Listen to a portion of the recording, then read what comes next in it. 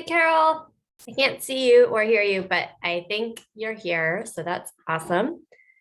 I see Linda and Kelly. I'm gonna let Kelly in. Hey.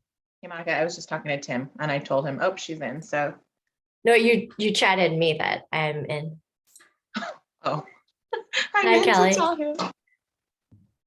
Hello. I'm gonna let Linda and Austin in. My computer likes to throw a hissy fit sometimes. So right before I signed on, it was like blue screen of death. And I was like, oh, great. Can't wait. That is not good. Not good. But I have a backup laptop and Carol is a co-host just in case. That is the good news. Yes. All right. I'm going to let folks in.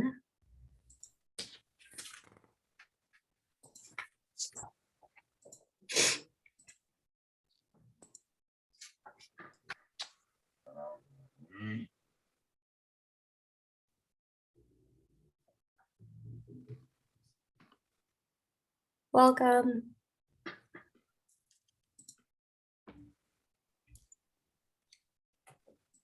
Can you hear me? Yes. Mm-hmm. Good.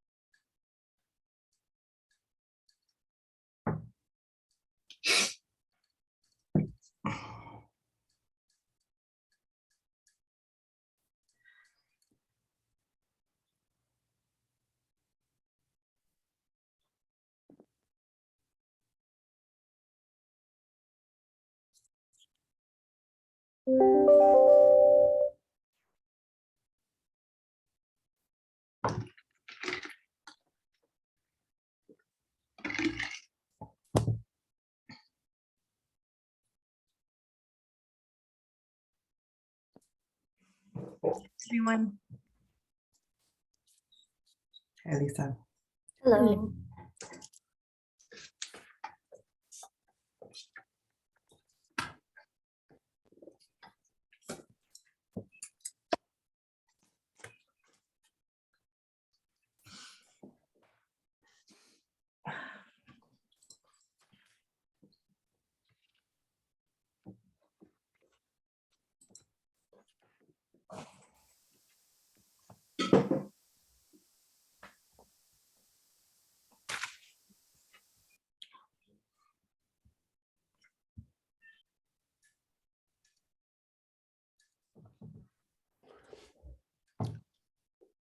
Good afternoon, everybody. I'm finishing dinner and then I'll turn on my screen.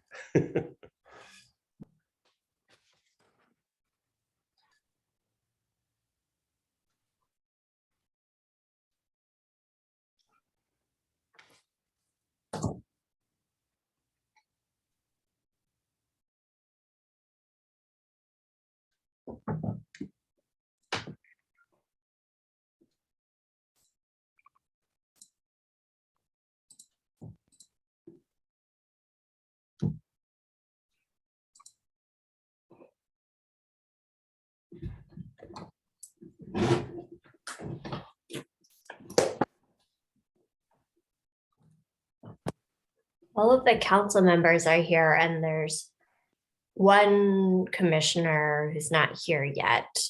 And Chair Barry may also join us, so. But we have a super tight timeline tonight, so I do want to be respectful of your time too.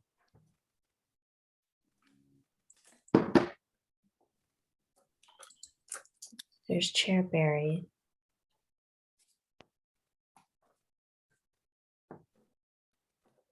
It probably makes sense to get started.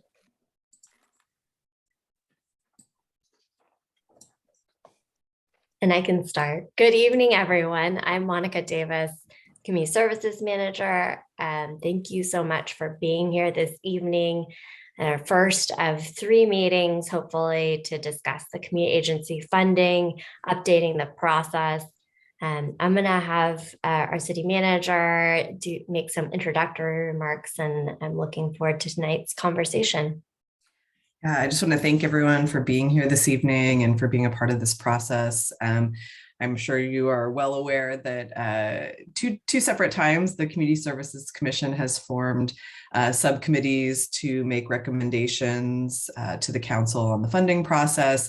But I think this process hopefully will result in, I think, a more collaborative and, hopefully a more successful outcome. I think, I've heard some frustrations from the commission in the past, commission members in the past, about not having some of their recommendations, or just continuing to struggle with some of the issues that have come up in the community agency funding process. So I think this process hopefully will yield some more helpful and productive results, and provide the commission with further direction from the council.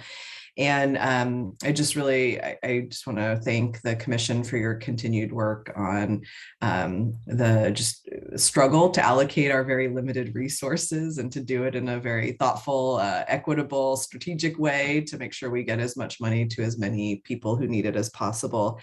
So I think we committed to 3 meetings of this group, and there's a series of 8 questions to discuss over the course of those meetings. And our community services manager, Monica Davis, will be facilitating the discussions. The nice thing is the city attorney's office has opined that this is not a Brown Act governed committee. So we have a little more freedom in terms of discussion, and we don't know limits on public comments, or we're not having public comments. This is really just a working group, a working subcommittee on these topics. So hopefully that will really enable the group to move forward quickly and to make some progress on those discussions. We will be recording the meetings, obviously, and posting those recordings online so others can watch those if they choose to, and really looking forward to engaging with the group in these conversations and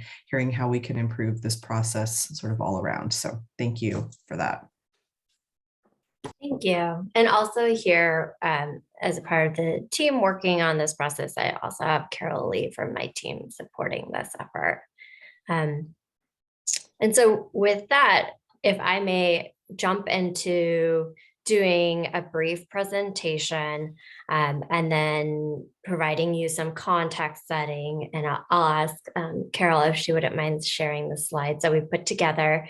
And if it's easier for you to follow along on your own, we did email out these slides for you as well. Monica? Yes. And I don't know whether it's necessary or not, but I'll bring it up because I've been conditioned to start meetings with introductions. But do we need introductions? If not, we can proceed with your slideshow. I'm happy to have everyone. It's a small group. If you all want to introduce yourselves, I think that makes a lot of sense. If you would like to start, Councilmember Salinas. Great. So I opened up my big mouth. Now I have to start. No, I'm kidding. So good afternoon, everybody. My name is Mark Salinas. I'm a council member, and glad to be here. Thank you. And I picked Councilmember Marquez just because I started. And I think it'd be helpful, and Councilmember Salinas, correct me if I'm wrong, but I don't believe you haven't served on the Community Services Commission or an iteration of it. So you really bring like a fresh perspective to evaluating this process. It'd probably be helpful to hear as you're introducing yourselves, if you have a contextual background in some of this work, and for the commissioners to share how long they've been engaged in it. Absolutely. Okay. Hi, everyone. Councilmember Lisa Marquez. It's good to see all of you. Thank you for joining us and for making this a priority. I'm excited to learn more and hopefully come to consensus on how to move forward.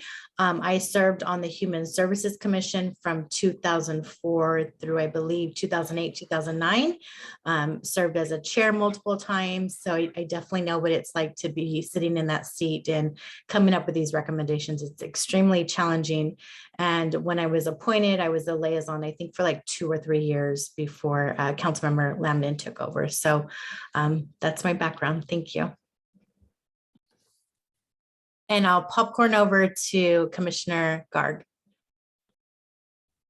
Hi, thanks everyone. Hi, my name is Arthi Garg. I'm currently the Vice Chair of the Community Services Commission.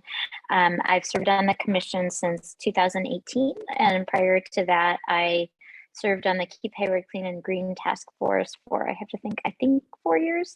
Prior to that, I'm trying to remember how long, but I've lived in Hayward since 2013, and got involved with the city pretty soon after I moved here. And this particular effort has been a really high priority for me.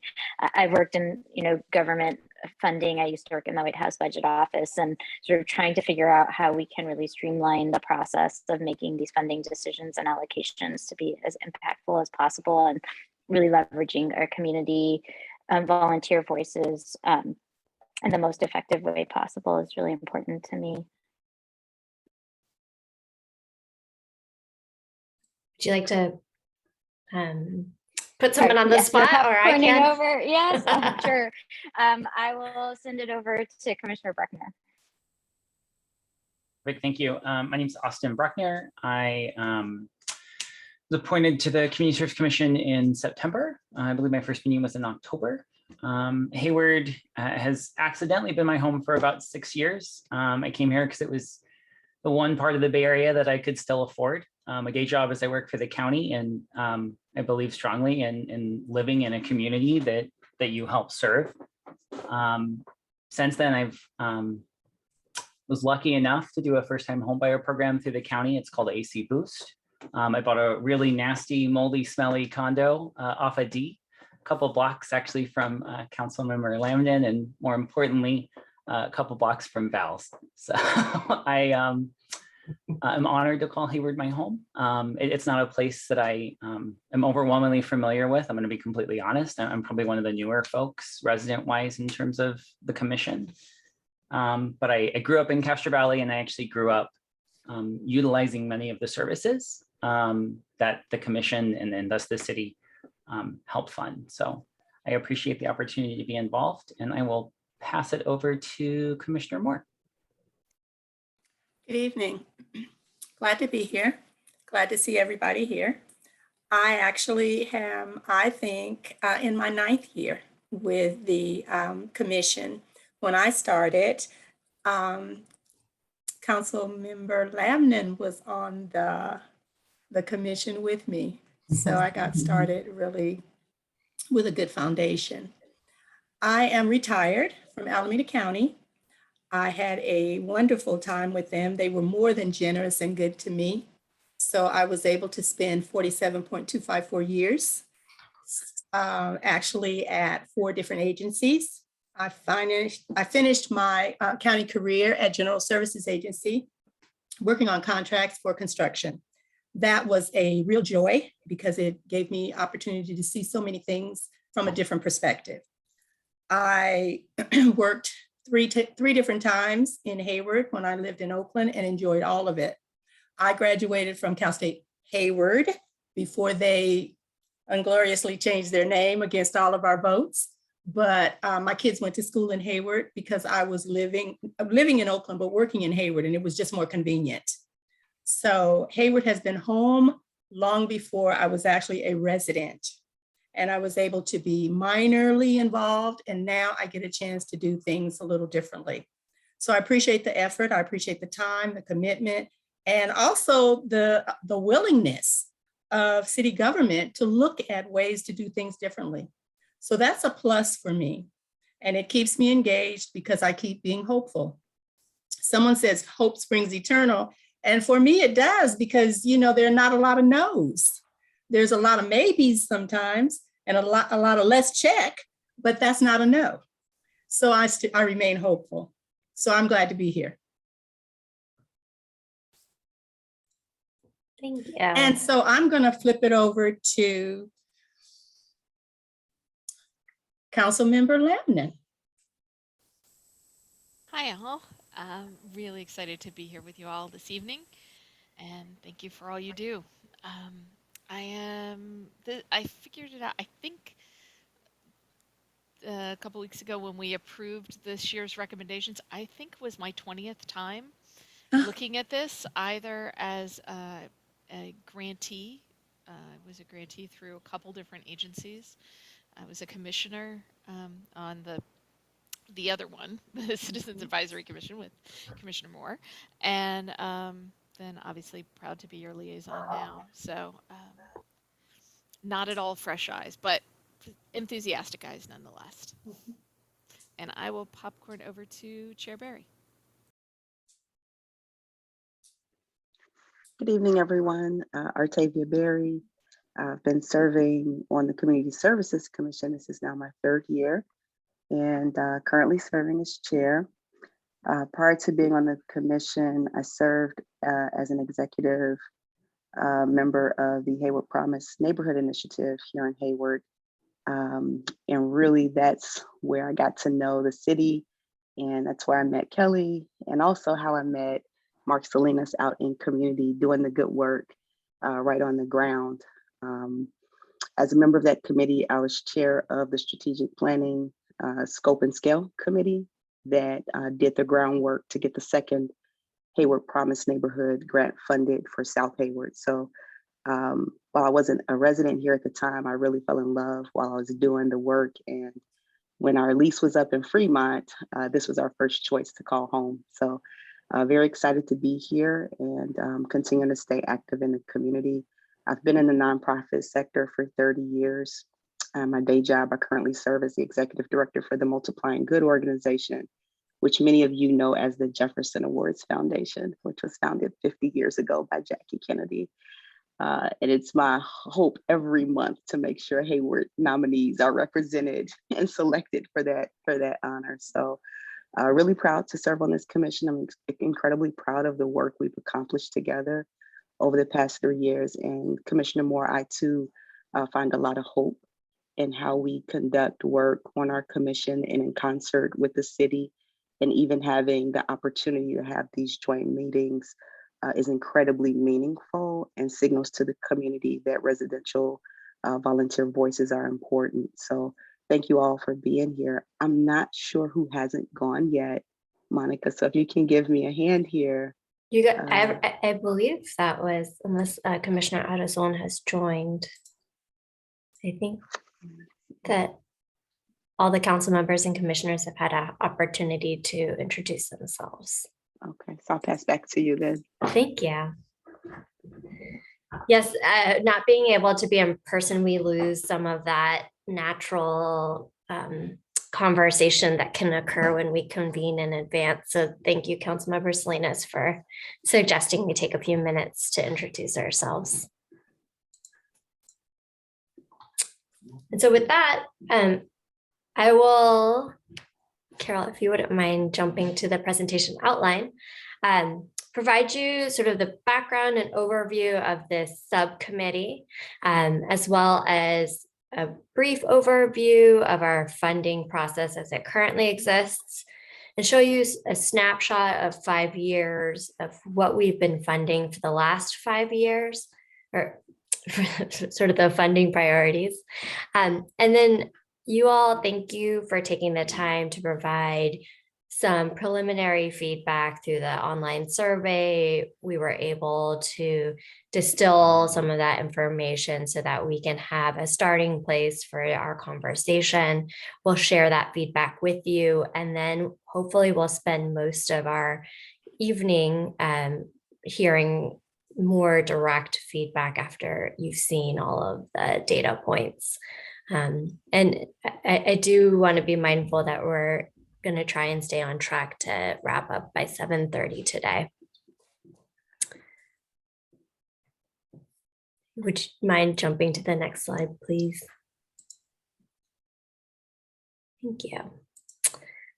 And so during the debrief at the Community Services Commission meeting last year, the CSC recommended to really examine how this funding process works, and through the deliberations, it sort of the same questions were popping up, and it was really there was an interest from the CSC to hear directly from council on some of these big ticket items of how to make the funding recommendations. And so on October 26th, the council adopted the resolution to form this subcommittee. In that staff report from the commission, there were 8 questions that they were asking that the council sort of approved as the scope of this committee's work that will really focus on as sort of the fundamental core of what we're going to be examining today. And this, so then during our time together over the next 3 meetings, really looking to really fine tune how we're discussing priorities in the existing community agency funding process and addressing these 8 questions. And then the goal is to create recommendations for the full CSC's review at their June meeting, and then the council's review after that. And you all are here as representatives of your colleagues. And my hope is that these 3 meetings will function sort of as open dialogue and conversation to really get clarity. So I'm hoping for some transparency and genuine conversations. We tried to make it less formal by allowing for the chat feature and some reactions to make it just a little bit more fun. There are times in which, fun is redefined these days, of course, but there are sort of these moments that I think we would otherwise be able to see with each other if we were in person. So this sort of allows for you to heart somebody's comment or add in the chat +1, or however you feel could improve the way we can, or let everyone know you're listening but want to be off camera for a second. So anyway, enabling these tools to be able to help you participate in a little bit more of a interactive manner. And with that, and I'll be facilitating so that all of you can participate fully, and we'll see how this structure goes. And if it works, we'll continue and we can iterate next meeting if needed. For these 3 meetings tonight, we're really going to hone in on the priority categories that we've identified and seen, and want to hear from you all on what that looks like. After sort of understanding these more global concepts, then at our next meeting, looking to really drill down on some of the finer details that will fold out of the priorities. And then finally, the goal is for the June 9th meeting to then have really distilled most of the information that in responses to those core 8 questions, and really just fine tuning what is the implementation of all that we've learned, so that by the time we get together by June 9th, we all feel really comfortable with the approach that we would then present at the June CSC meeting the following week or so. And so with that, the overview, we thought it'd be helpful just to walk through the funding, because I know for the council members, we sort of do this in like a 1-minute blurb at a council meeting, but just want to reiterate that there are two primary sources of funding are entitlement money from the federal government that we call CDBG, Community Development Block Grant Funding. And with that allocation, it's in the $1.3 to $1.5 million ballpark usually. 20% is set aside for administrative expenses and planning activities. For example, last year we spent it on our Let's House Hayward plan. It helps fund some of my team's work as well. Only up to 15% of the CDBG allocation is allowed for public services. So the applicants who apply in the services pot get put into public services when staff feels that they're able to meet the intensive reporting requirements that HUD applies. And then 15% is a pretty small sliver of that. So it's a pretty competitive pot of funding. And then the balance is allowed to be used for infrastructure and economic development. So 65% of $1.5 million is a nice chunk of change. And so often the council does not hear from agencies who have applied for economic development infrastructure projects about their displeasure of not getting enough funding, because there's usually close to enough funding to fund the projects that fall into that category. And so it's for that reason, and as we go further, and you'll see again, that for tonight, I'd really like to focus in on the services category, because that is the sliver that is really the most competitive and oversubscribed. And then the other category of pot of money is from the city's general fund, and that pays for both services and arts and music. And staff distinguishes services. So if it's funded out of CDBG, we call it public services. And if it's funded out of the general fund, it's called social services. They're all services. It's just how we are able to distinguish in our contracting the source of funds. So when we have applicants apply, they apply in the services bucket. So anyway, those are some of those nuances that as we get into the discussion, why we're really focusing today on services. At our next meeting, we'll delve a little bit more into arts and music. And in terms of overview, we really start fairly early. We do a mandatory bidders conference in the fall.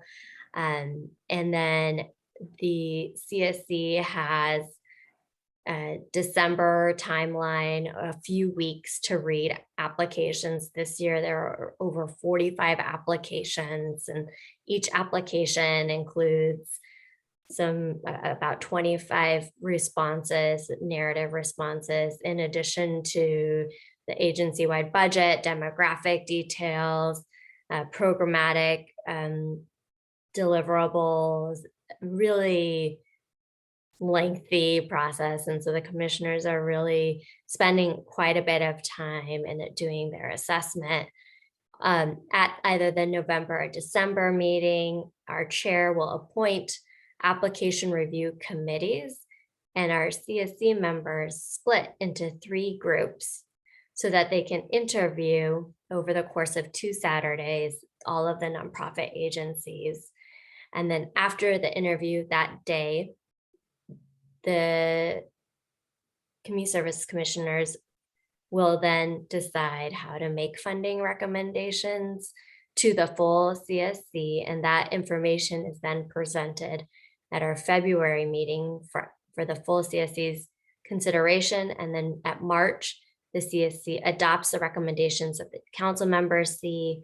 And then of course, in April, there's a work session in early April, and then a public hearing in which the recommendations are adopted. So this is a process that starts in the fall and then sort of gets wrapped up 7 months later. So obviously everyone here is very invested in ensuring that the process goes as smoothly and the end result is as impactful as possible. Then of course,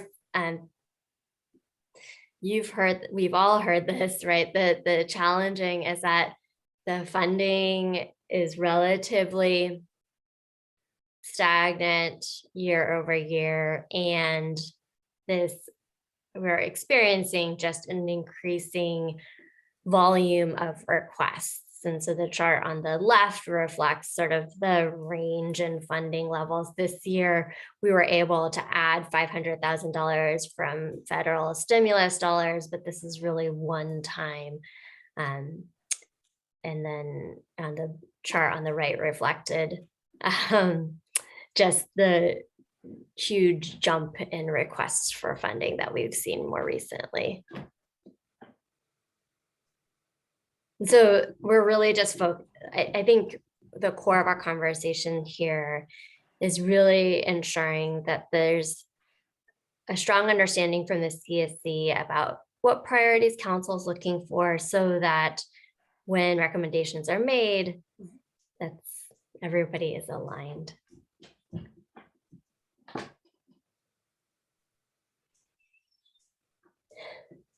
And so over the last 5 years, this chart reflects how our funding has really coalesced around certain priorities and sort of in de facto manner. And so you'll see this yellow line here reflects that the largest amount of our allocation, our funding for services, goes to housing and homelessness. This sort of like natural priority that's sort of like risen over the course of the last 5 years. That dark navy line is economic development. Again, that gets funded out of that 65% of the CDBG funding. And so every program that has applied generally has gotten funding. I think there's been one program that hasn't gotten funding in the last 5 years out of the economic development program. So though it's significantly high, it's because there's a huge volume of funding available. And then if you look sort of below the line, they all sort of fall into a natural priority order. And if this is hard to read, this is also attached in the meeting invitation. It's slide 13. I personally like to stare at everything. So if you enjoy looking at it in more depth, you go for it. And I was alluding to these 8 questions. We sort of broken them out. And one of the core components that I'd like to hear back from all of you tonight is this like broader question around sort of the city's goals and the CSC's roles, and how the CSC should interact with the council to understand these overarching framework to dictate prioritization. And then sort of getting more narrower, than hearing from the council members and the commissioners on what are the priority categories. Should we really be focused on Hayward-based organizations? Should the funding be focused on sustainable funding versus seed funding for agencies? And then are we looking to fund like larger organizations that serve Hayward residents, large swaths of Hayward residents, or smaller organizations that meet very specific needs of Hayward residents? So sort of looking at that larger versus smaller. And the other question that I'd like to save for the next conversation for the 21st is around mandatory funding. But these are sort of the questions, and I'll put them back up and we'll talk about it more before you have to respond to these questions.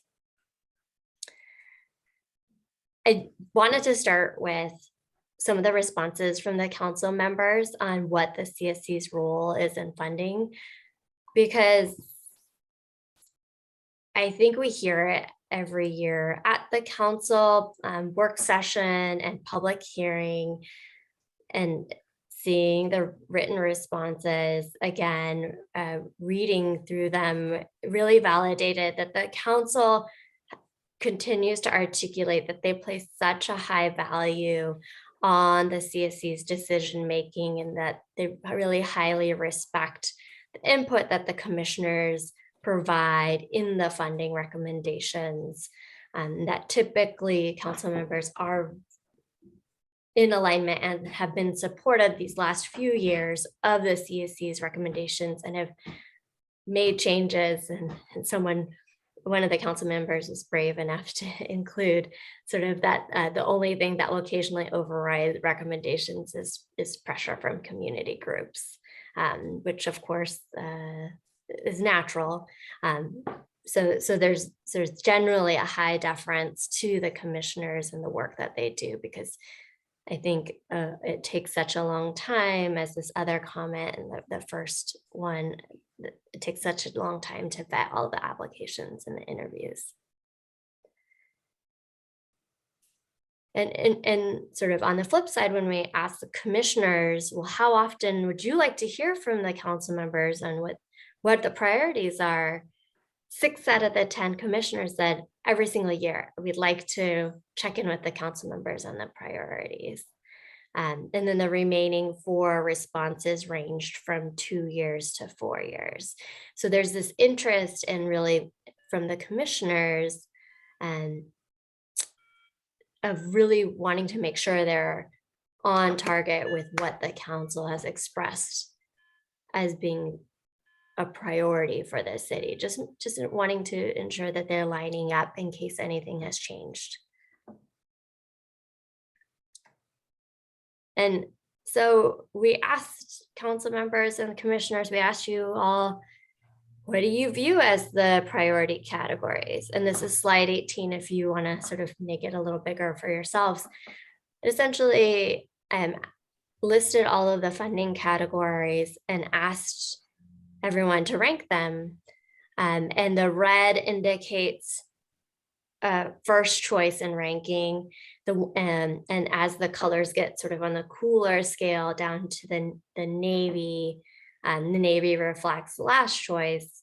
And it's a little harder to see on this slide, the specifics, but generally it will show you that they're pretty closely aligned. But actually, if Carol, if you wouldn't mind jumping to the next slide, sort of boiled down, we pulled out the infrastructure element just because there's typically enough funding to fund most of the infrastructure requests. When you look at the services, generally the same 4 top priorities and the same sort of 4 bottom priorities are relatively articulated as the priorities for both council and commission, and for both council and the commission.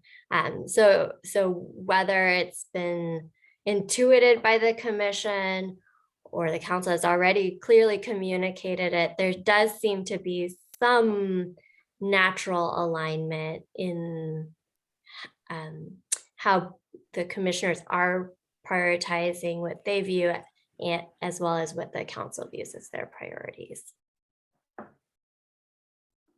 Can I ask a quick question, Monica? And I don't remember seeing it in the presentation, but is there any analysis of how the actual allocations line up against those priorities? Because it's interesting that legal services is at the bottom when we often have a fairly large allocation to Centro Legal. Yes, so I don't remember Centro, seeing it, but sure. I might not remember. Yeah, it's slide 13 sort of shows it, the 5-year historical look back with the same categories. If you're looking at the attachment, Centro Legal is categorized in housing and homelessness. So that's probably why you're thinking it's surprising to see legal services ranked lower. But it's because it's sort of put in that other bucket. And I can't see you, but hopefully. Oh, yeah, sorry, I'm nodding. And I found the slide. Perfect. And so I did want to just show also the strategic roadmap was adopted by council in 2020 and then revised in 2021. And then was supposed to go to council last Tuesday, but will be going to council this Tuesday for adoption in January 29th. They held a full day retreat in which they re-examined the roadmap, identified year 3 priorities, looked at the racial equity framework and projects. And so those proposed changes are going to be reviewed tomorrow night. And so this slide doesn't reflect the new language that will hopefully be adopted. But in broad brushstrokes, council has identified these 6 core priority areas in which projects the city should really fall into in terms of thinking about what is a priority for the city. And if you look, next slide, please. If we're looking at the articulated priorities and overlay the strategic roadmap to the priorities that have been communicated from the survey results from the council and the CSC. So these colors are meant to, broad brushstrokes, show that generally there is some alignment in how the strategic roadmap indicates the council has said these are priorities, and then the council sort of has in their survey responses validated that information by saying that these are their priorities, and the CSC has understood that, and of course the Community Services Commission has heard presentations about the strategic roadmap and is generally engaged in the community. So there's sort of a cyclical understanding, that there are some natural priorities that are surfacing that are in alignment with this existing framework that the council is regularly reviewing. So that was, for me, really helpful to think about how at least we're all working from some general alignment and thinking about the community agency funding process.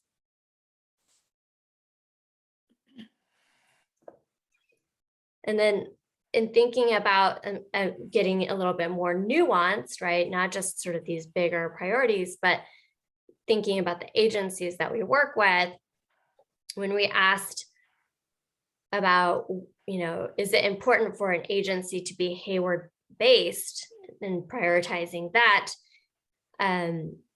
the council sort of evenly distributed around it being either Hayward-based or really more broad brushstrokes. If it's not in Hayward, it's because it's a service provider that is providing services that can otherwise be found in Hayward. And the Community Services Commissioner's responses were similar, but there was more often like a preference for Hayward articulated. But if you look at the broader strokes, bigger, longer narrative of the responses in the next slide, you'll see that there is generally from both the City Council and the Community Services Commissioner an interest in saying that there's a preference for a Hayward-based organization, and that when a particular service is not available, then it's okay to find an alternative service provider that's outside of the city. And so not everyone said that, but if you look between the City Council and the Commission, that's sort of where more of the group was leaning. And then when asked if this funding should be used to sustain agencies or for seed funding, if we put them sort of on opposite spectrums, with one on the far left sort of being like, this community agency funding should be for sustaining the same agencies over and over again. And all the way on the opposite end of, sort of 5 being like, this funding should just be seed funding for new agencies that are coming in. You'll see that both the City Council's responses and the Community Services Commissioners sort of skewed with some, either both sort of on the preference for some new funding, some new agencies, excuse me. And so if you look at the narrative, you'll see that just generally there's neither the council members or commissioners, no one articulated they only want to see the same agencies get funding. Rather, there's interest in supporting some of the existing recipients with some portion of the new agencies. And the third narrative on the city council response, I think best sort of captured the narrative responses in saying that, you know, they'd like to see a breakdown of 80 to 90% of funding for existing recipients, and perhaps the 10 to 20% set aside for new agencies. So that sort of that like mix of both, with some continued funding and then some new folks. And then the commission, I think there was a little bit more weighted and saying that using the funding as seed funding, but still some interest in sustaining agencies that otherwise would not be able to get funding from other sources. And then when asked, is it better, read the specific question for you. Are programs that serve a large number of Hayward residents but are able to secure funding from other sources a priority over programs that have fewer funders but meet a specific need that hasn't been met otherwise? Both the council and the commission, as you can see, sort of skew more towards either funding both of these options or sort of the smaller, unique agencies versus really focusing on the larger service providers. So again, some alignment with a little nuance.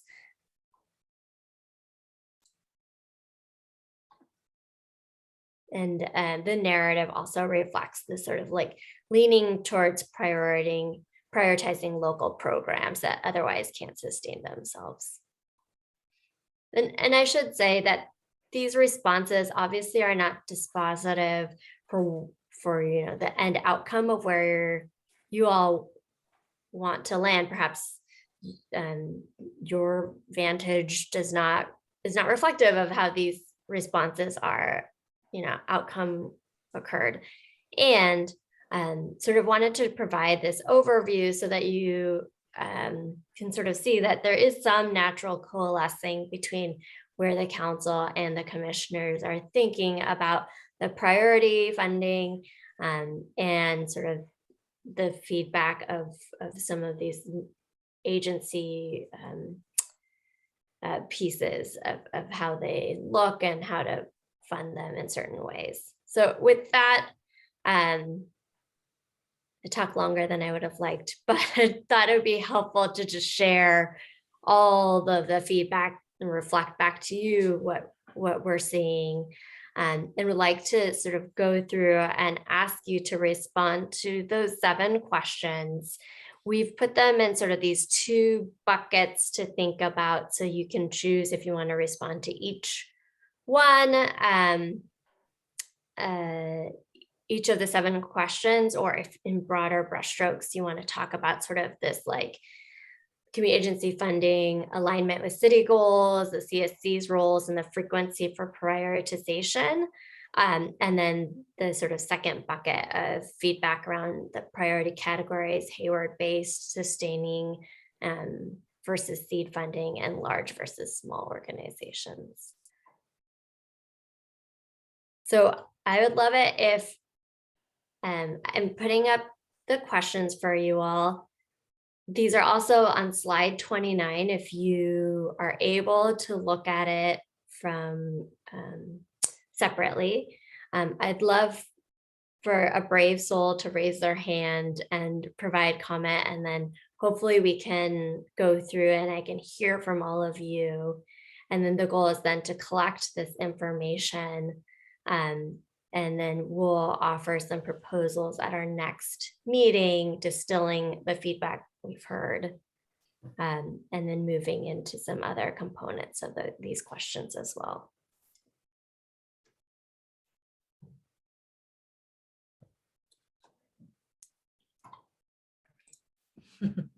I'll go. Chair. I heard somebody, but then I see Commissioner.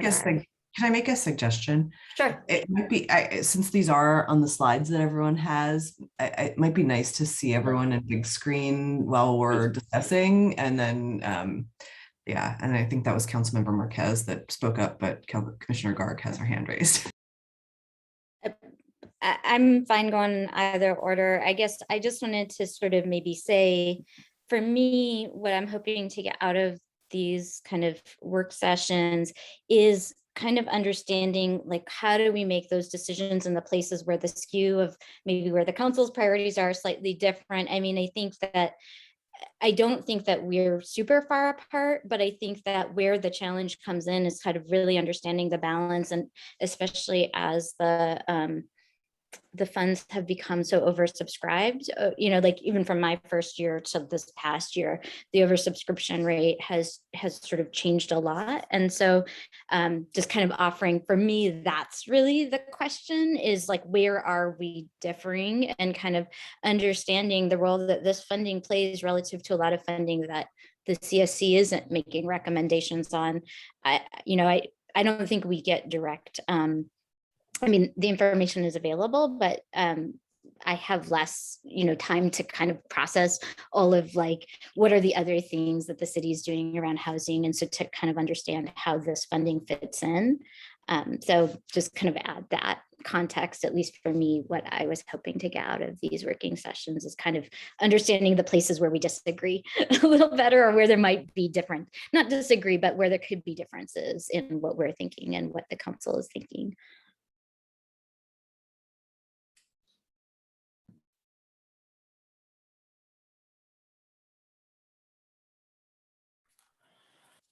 Yeah, Commissioner Bruckner.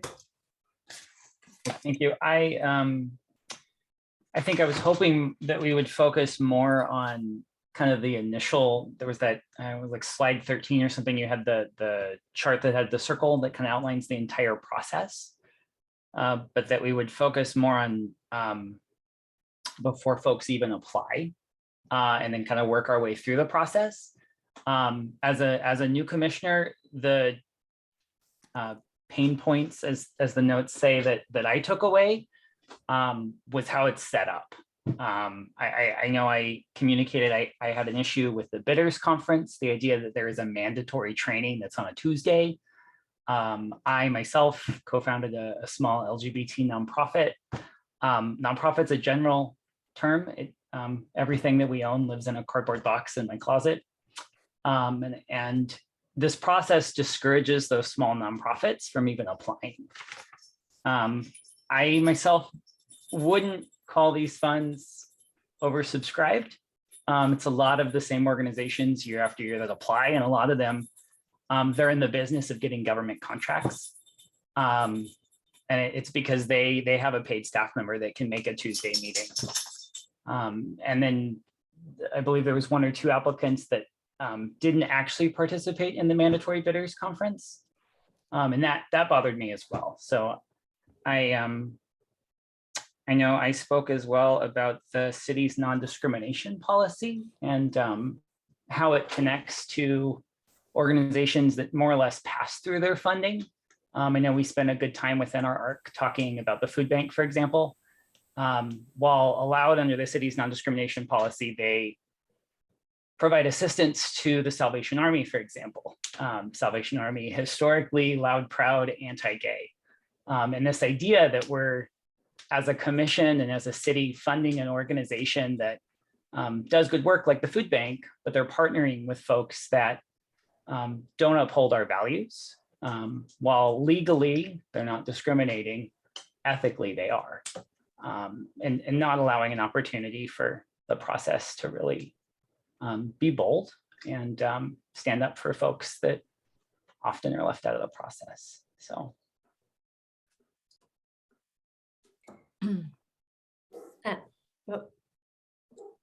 Councilman Marquez, did you want to respond to that, or?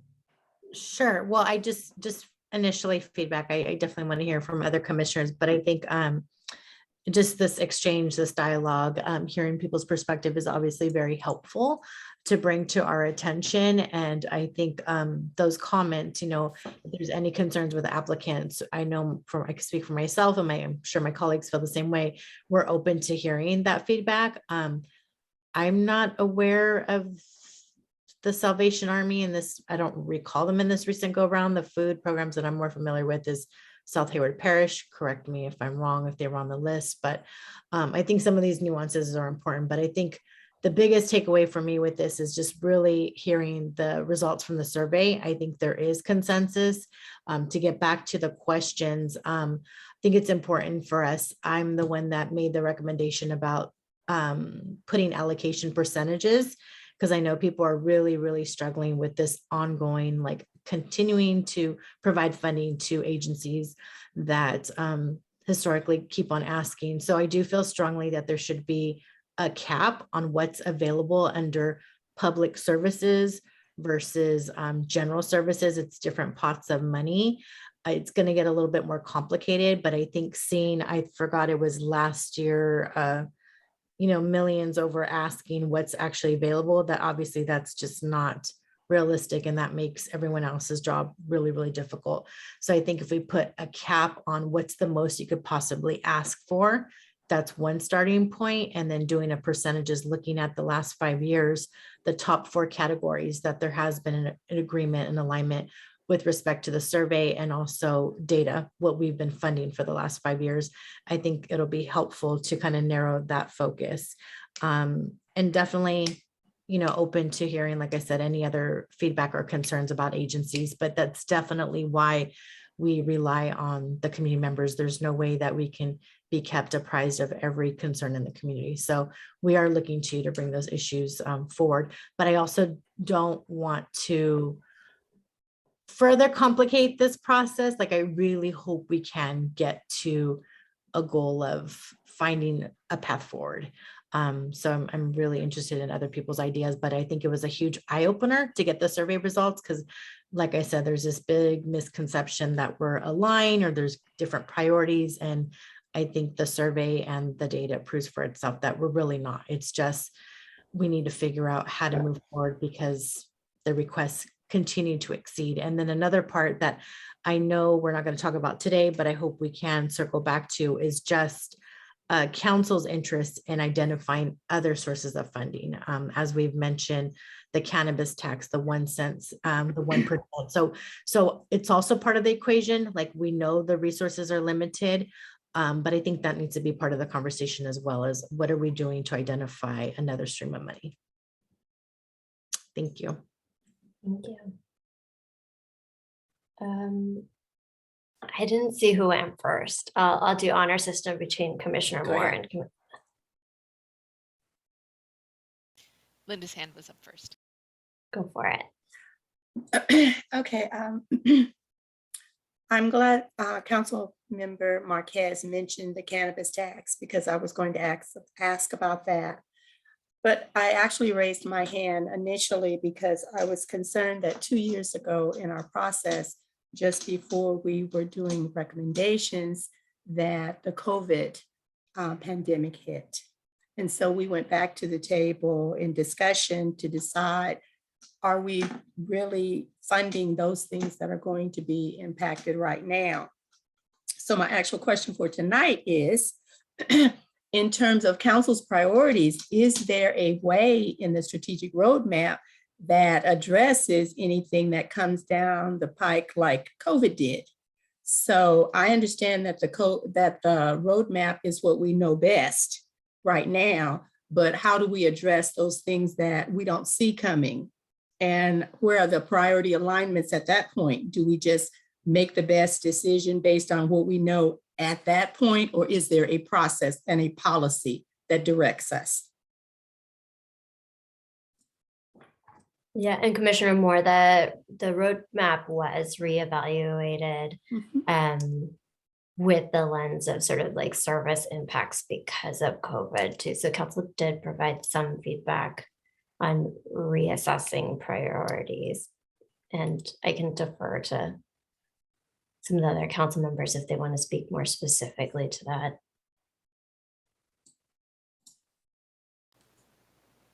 Also, Councilmember Lamin, if you would like to share. Sure. So I think there's an interesting question that you're raising, Linda, or sorry, Commissioner Moore, because of the this idea of pivot and the need to pivot. And I think one of the things that helped was that there was an awareness that, for instance, in the arts and music category, there were a lot of things that weren't going to happen, or in some of the other education spaces, they weren't going to happen. And so does that make sense? But it may be interesting to, or it may be valuable, maybe not this process, but it may be valuable at some point to have a caveat policy that says if an emergency happens, you know, the commission and council and city staff will evaluate, you know, essentially what was done this time, and, you know, to the extent it's possible to capture what worked in that. I don't know. But, Can I just, yeah, I would just say that, you know, a lot of what we did was basically like, for example, we took the special event funds and economic development and completely reprogrammed them for business grants. So I think it was kind of in the moment. And so maybe the commission could think about developing like a you know, sort of policy guidelines or like recommendations for, you know, these are the thing, you know, in a pandemic, look for, you know, these would be the or any sort of state of emergency, these would be our priorities. And we would look to sort of move funding, you know, from things that may not be happening to other things, or ask that the council devote some piece of, you know, if we're going into the reserves to fund things, that some portion of that be dedicated towards sort of emergency relief funding as well. So those are just some thoughts based on what we did during the pandemic. My thought was that because we rated housing and homelessness and food security so highly, so many people lost their jobs, and that was a real issue for them. So I was just wondering if the strategic roadmap showed a policy that would direct in the case something else like that happened. I know we're going to revisit it if it does, but I was wondering if we had some guideline.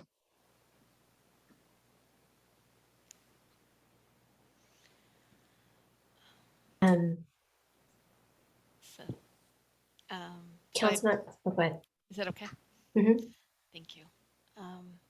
So I wanted to add a sort of a +1 onto the discussion of a cap, and also the cannabis tax considerations, and add in the idea of thinking about multi-year funding. I know these grants are allocated annually. Our city budget is allocated annually, and if there are things that we really are going to fund on an ongoing basis, does it make sense to sort of have an intention to do that, which may be adjusted if funds aren't available, but does that then allow for some time in off years to dig deeper into particular issues or maybe policy questions like we were just talking about, or something like that? The other piece that feels like a priority to me, and I'm not sure how we talk about this because it's not an easy conversation, is the question of, does this funding serve the community best in the way that it sort of is now, where community agencies apply and there's a general sense of what's a priority, but that goes back out into the community in this sort of, I'm going to use the word piecemeal, and I don't mean that in any kind of derogatory way. Or is there value in having the funding really targeted to specific needs? So we hear from health surveys, various health surveys, that mental health is a huge need in this community. And so if we target that as the thing we do, then yeah, we have the tough discussions about, okay, and we're not funding these other things, but does that then make a substantive impact on that thing, that high need? And those aren't easy conversations, but I wonder, I appreciate hearing other people's feedback on those two approaches. Thanks. Thank you. I saw Commissioner Barry and then Councilmember Salinas, and then Commissioner Garg.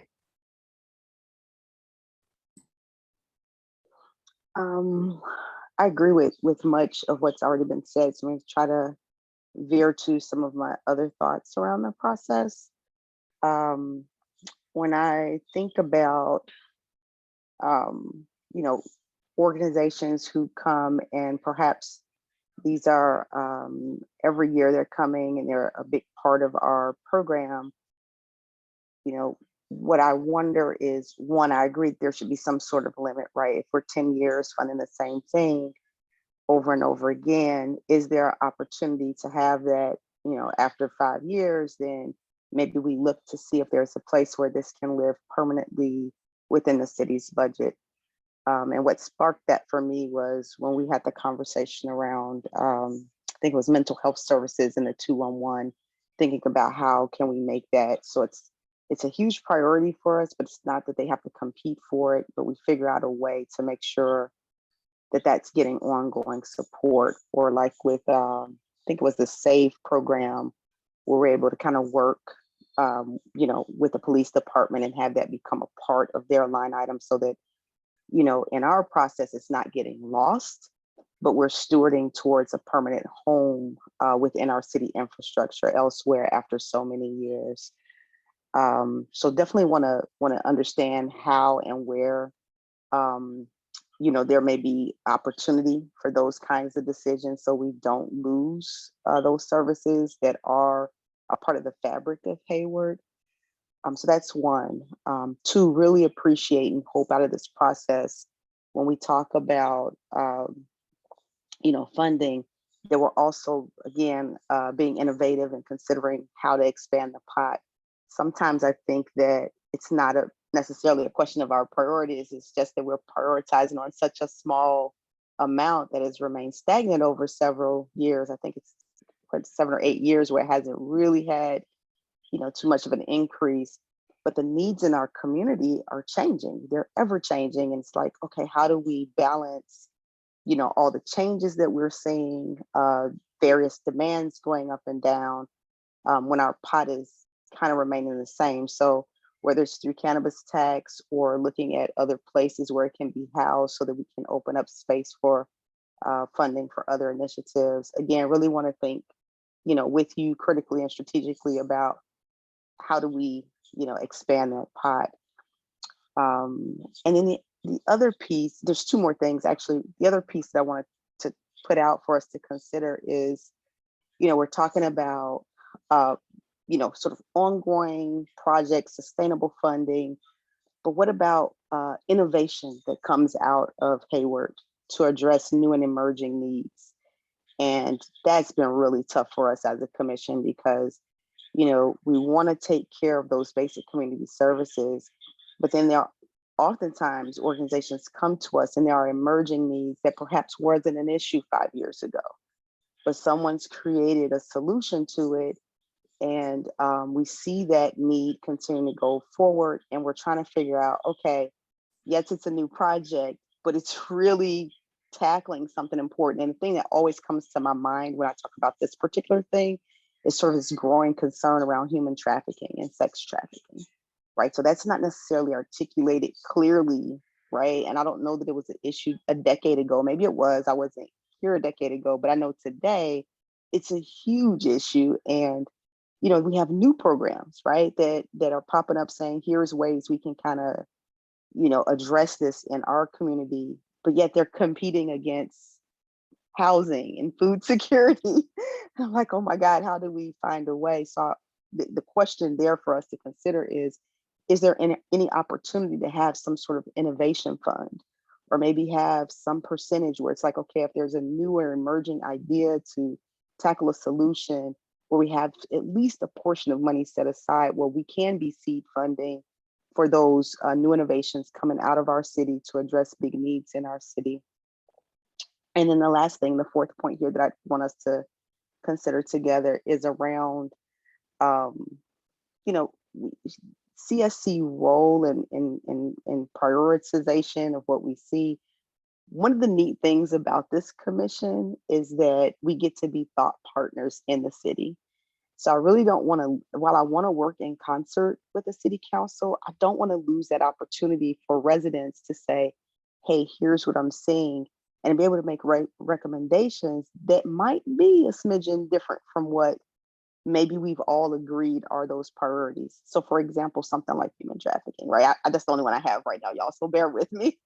Where we haven't really articulated it, but you all have us as a resource, and we are close to the community, and we see that issue growing, and we're able to say, hey, I know this wasn't necessarily a part of it, but we see it, and we want to be able to kind of voice and recommend that we as a city find a way to address those needs. So I just don't want us to lose the balance between being aligned with the city, but also having the flexibility to bring to you voice as we see and experience it, and as those organizations come to us.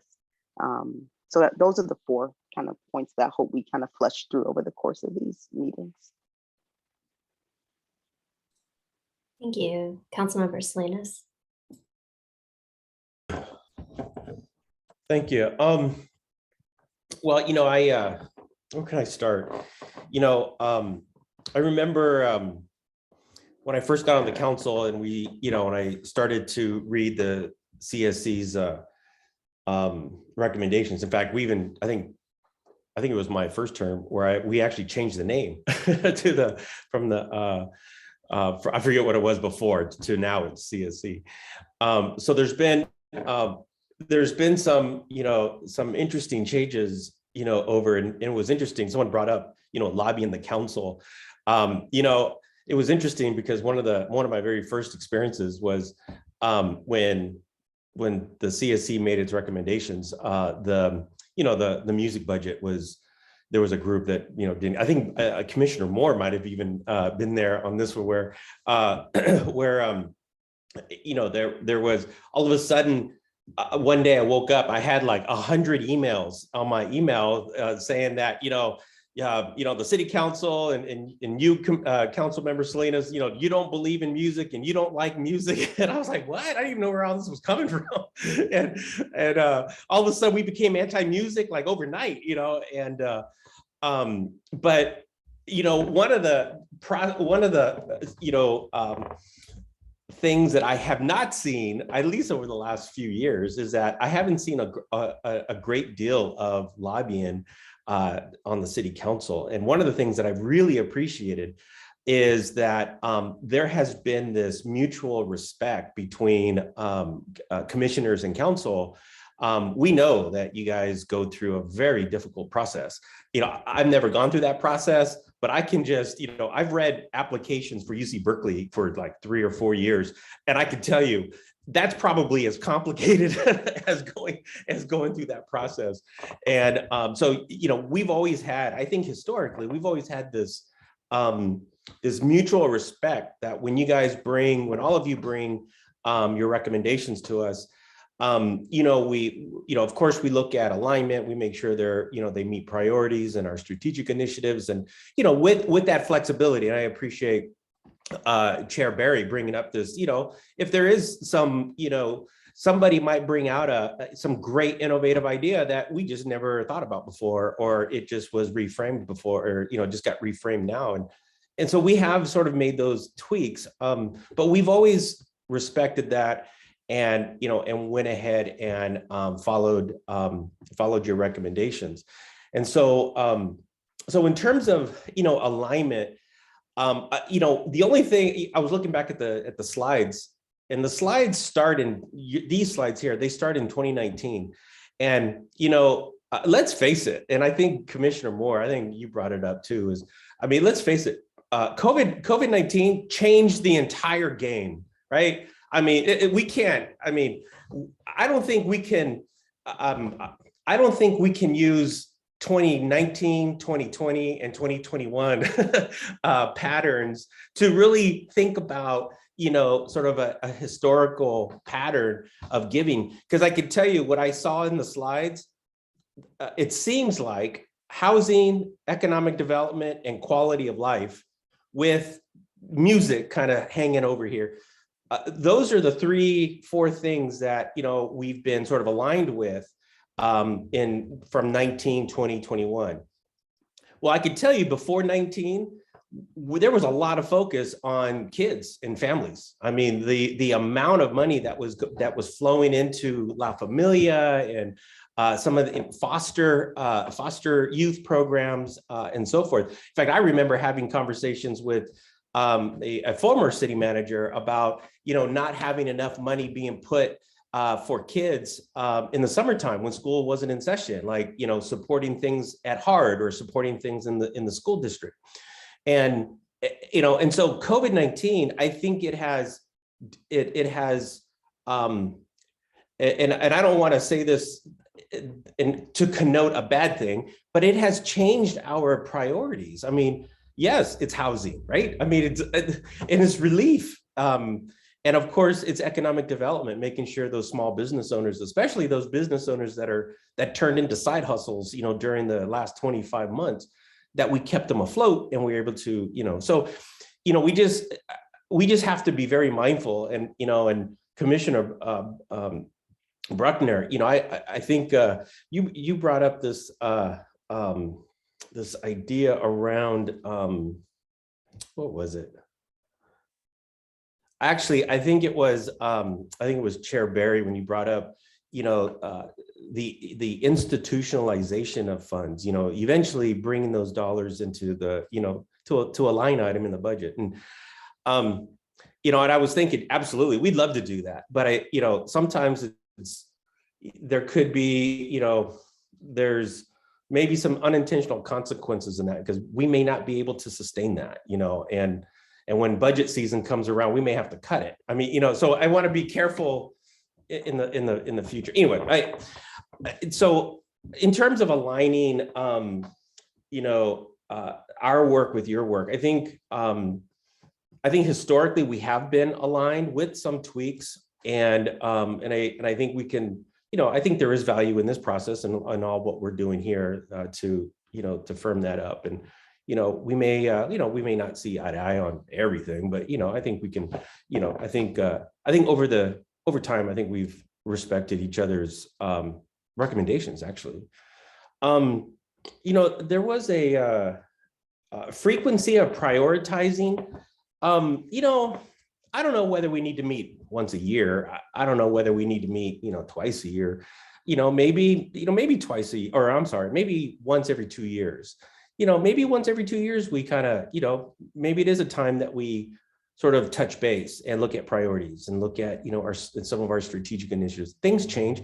I can only imagine what's going to happen after this year, right? I mean, what you guys get at the end of this year, sort of post, dare I say it, post-COVID, right? This sort of post-COVID environment, things are going to be different, and we may not.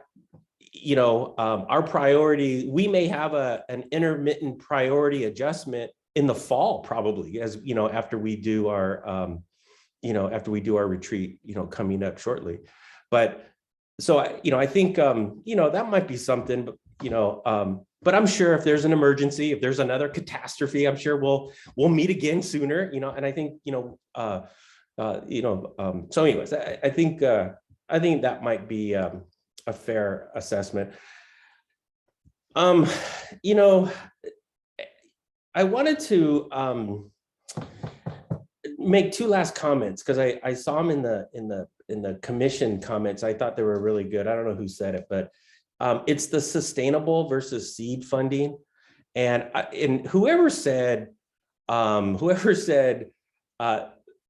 grant money is not sustainability money, I think it was on point. I don't think the money we give through CDBG or through this money, I don't think that's even enough to be sustainable. And I think sometimes to expect sustainability on a $5,000 grant or a $3,000, that might be just too high of an expectation for us. And so, I've been involved with, a lot of nonprofits where Bruckner's right. Sustainability sometimes is just absolutely not. Everyone lives out of a box, and we're moving from place to place and hoping money happens. And we do see, and this goes to this large or small organizations. Do we invest in larger and or in small? And small organizations find themselves caught in this sort of predicament, right? They're too small to compete for these kinds of dollars. Because a lot of times, I know we had this discussion some time ago about the finance requirements, the budgeting requirements for CDBG.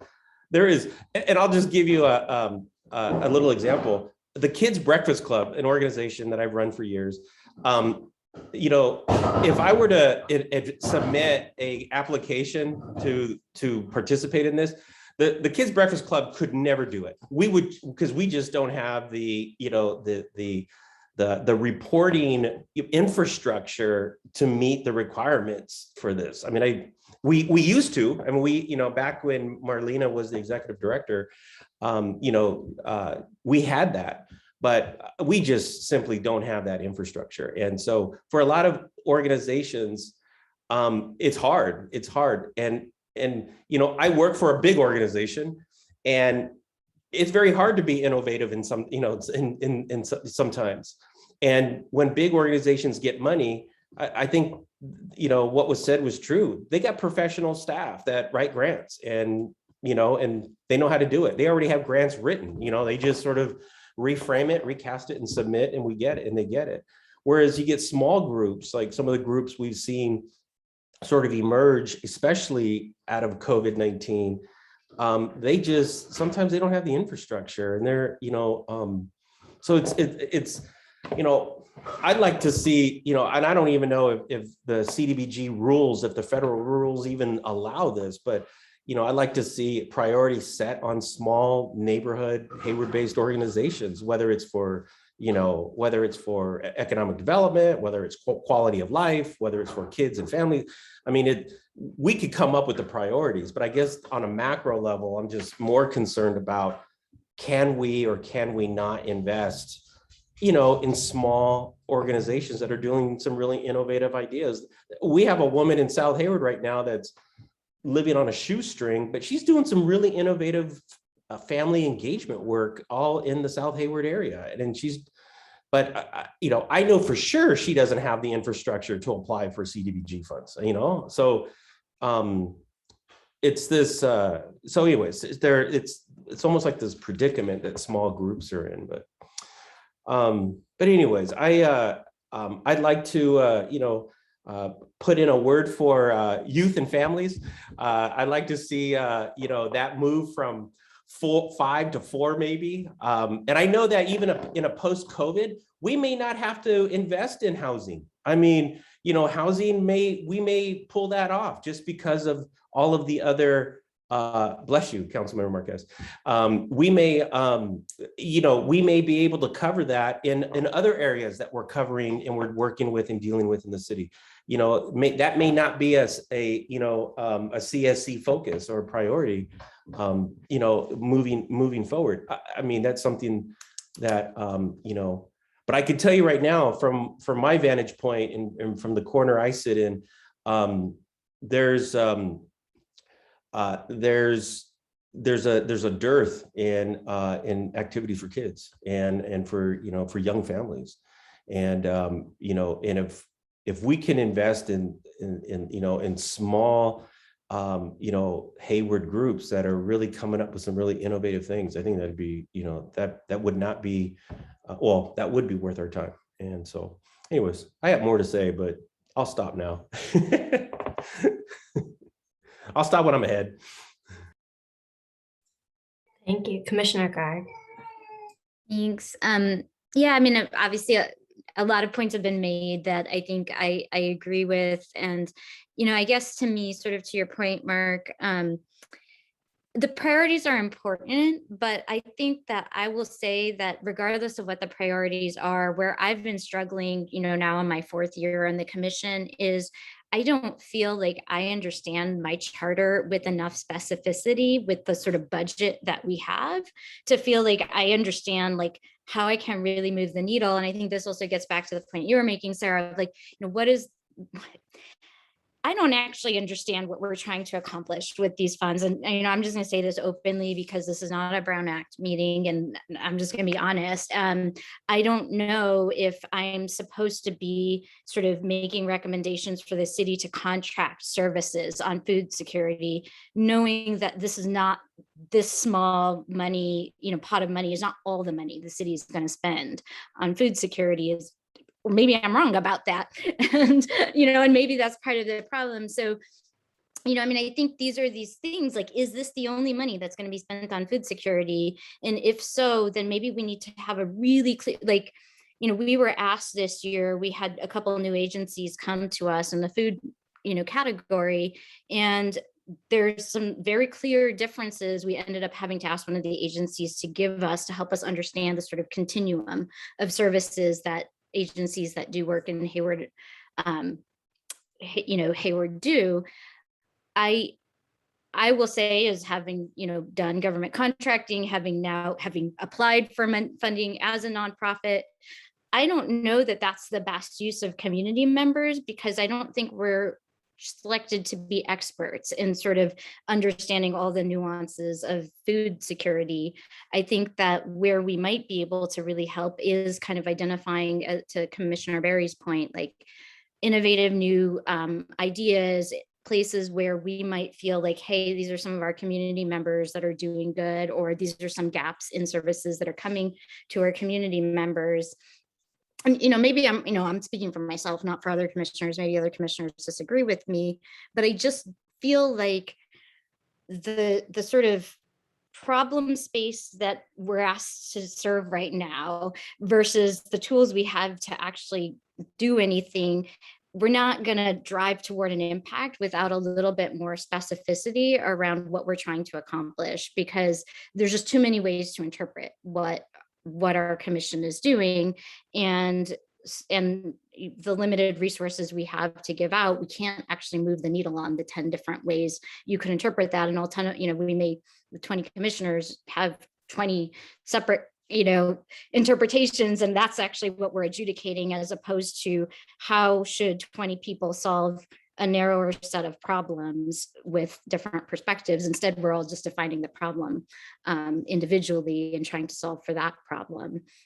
And so I'm just going to put that out there that, like, I think that a few of us do feel we would like to see more innovative programs be seed funded. It's, to me, I think one of the things I'm proudest of serving on the CSC is having funded, raising Hayward leaders, and having seen, Davida, like, going to Washington and talking about her model. That's so awesome. Like, and she didn't even apply for funding this year. I'm not saying that's the only thing CSC can do, but like, to me, that's something that, hey, a $40,000 grant followed by $15,000 grant could like change the country, and like adult education across the country. That's really high impact. But, at the same time, this year, nothing against the food bank, but the food bank had $1 million more in their reserves this year than they've ever had historically. Yet we gave them the same funding that we always give them. And so, and maybe that's the right decision. I'm just saying, I don't have the framework to know whether that's the right decision or not. I can just tell you that these are the two things that I've seen, and they seem like extreme differences in, and it's hard to know how can I make one decision or the other decision in the same framework, and because they're totally different backgrounds for why you would make a decision to give $40,000 to the food bank versus $40,000 to this brand new program that maybe only ever asked us for 2 years of funding. So that I don't know how clear I'm being, but I think that's where I'm really struggling, is that even after 4 years, I don't feel like I know what our charter is exactly. Can I ask a question? I guess, and not just of you, Commissioner Garg, but maybe to Ms. Davis or even this to the city manager. But of all the areas, that the CSC recommends for funding, are those areas? I mean, I know there's a process that comes up with categories and priority areas and giving areas, but are those areas generated through process committee work, or or let's say hypothetically this year, the commission says, we're going to scrap all of that and we're going to focus on one thing, and that is innovative, small efforts. Is there something that prohibits them from doing that, or do we have to cover all these things? Or I'm just curious. Yeah, So I was going to say, Monica talked to specifically what the commission is doing, and then I have in front of me the charter of the Community Services Commission municipal code, so I can share some thoughts from that as well. Perfect. So okay. Do you want to start bigger picture, Kelly, first, or? I mean, I think the commission has broad latitude from what I'm reading in the Muni Code to make a lot of, so advise the city of Hayward as to the most effective means of allocating available resources for community services. So that, I mean, that basically says you guys can be making recommendations to council on global, like how should the city allocate community service funding, promote interagency intergroup coordination and the development of community social resources, review and study problems and needs of the community programs and develop effective support needed to secure additional resources, either through private channels or through the city or other instrumentalities of the government. That's such a bureaucratic phrase. Anyway, there's a whole list here. I mean, I can read through them. I can also send this link to all of, I think that might be helpful. So I think there's a lot of latitude in terms of what the commission is supposed to be doing. And I think what has happened is, because I think what Commissioner Garg was saying is, you've got 20 different people with different interpretations of this, as opposed to maybe spending some time, like, what does it mean to fund housing and homelessness? And what does that look like? So Monica, if you want to dive a little more into the details. Sure. And actually, Councilmember Salinas, so when the commissioners are reviewing applications, it's a broad request for applications, and sort of that categorization into housing and homelessness, legal services, youth and education actually occurs after the funding recommendations. So staff provides that sort of tag on for the application review committee. So if they want to see, well, let's just see how much is being requested in this category, we can show it as a tool for a conversation. But right now there isn't per se in the deliberations process an articulated amount or percentage or even priority category for set yet. So at the moment, it's fairly flexible, aside from sort of economic development infrastructure is 65% of the CDBG allocation and the, sort of available pots of money. But otherwise, the parameters are fairly open. And the historical breakdown that I shared with you just is sort of the natural shuffle of the way that funding has sort of shaken out. Yeah, that's interesting. And I appreciate that. And I'll just make this last comment, and I won't say anything for the rest of the night, is I appreciate that, because, as we move forward, maybe that's what we do moving forward, is we think of big, bold, and we think about solving a problem here in Hayward. If it, really doing something, around an area that we just haven't focused on before, I don't know. Anyways, that's just something that just sort of came to mind as you were talking, but anyways, I appreciate it. Thank you. Thank you. And then is it okay if I just make a quick follow-up? I mean, I think, I put it in the chat too. I think, Kelly, to be honest, I actually share the municipal code when I speak around the country, that charter. So, but I think my point was that it's pretty broad, and I think it should be. I'm not advocating that we change the municipal code. But I think because of that, when it comes to the actual process of going through the deliberation, sometimes it gets adjudicated when we're disagreeing about funding one thing or another, within a arc. But since there isn't this sort of holistic process for us to decide this year, we're only going to fund innovative ideas. And, I think there is also the CDBG funds have a lot of federal restrictions on it, but we're lucky. I think, I always tell people we're so lucky in Hayward that council does allocate general funds, and we have a lot more flexibility around that money. And I don't know, maybe the answer is this needs to be a CSC process every year, before we go into the ARC process. I don't know, but yeah, no, I think those are sorry to interrupt you. Oh, no, I'm done. Go ahead. I was just going to say, I do think that's where some of the frustration is coming from is, the council has set these broad priorities. So maybe if we drill down with the council a little bit, kind of flesh those priorities out.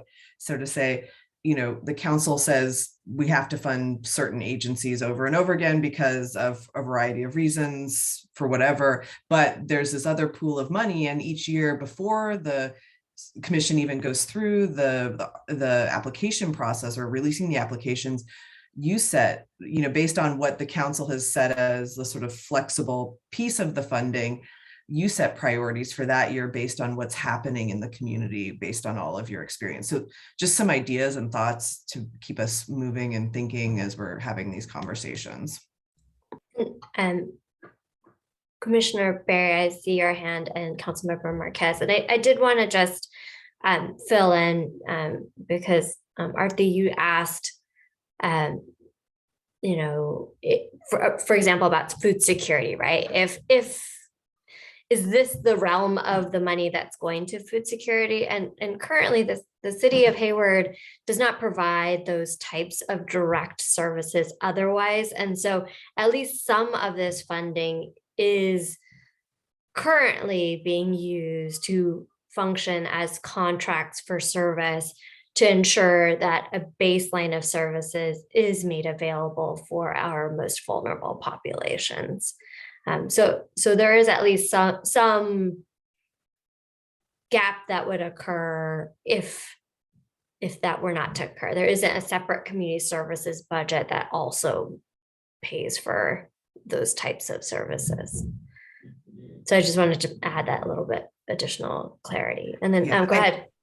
I was gonna say, I think it's a little different, like for housing though. I mean, there are, I think there are other programs in the city that fund housing services. So I think that's where maybe sharing some of that, more of that information with the commission would be helpful. Commissioner Barry, and then Councilmember Marquez, and then Commissioner Bruckner. Thank you. Just a couple comments. First, Kelly, thank you for bringing up the charter.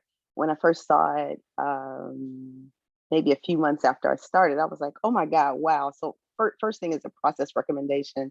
Just when we bring new members on, to just give them a copy of it, because it's something that does at least provide some understanding of the framework and how much agency we have as a commission to speak up. And I think knowing and understanding that led to not only the funding recommendations that we've made, but also to things like standing in solidarity with Black Lives Matter after the murder of George Floyd, or looking at what's happening in Russell City and making that recommendation and getting that work done together.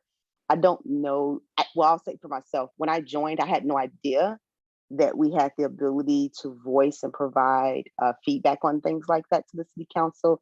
So I was quite pleased when I read the charter, and as we're dealing with the pandemic and dealing with the next pandemic, there's all of this stuff, that we had an opportunity to reflect the voices of the community to the city council. And I don't know if that exists in other cities. So I do really appreciate that and think it should be included right along as a document when new people come on board.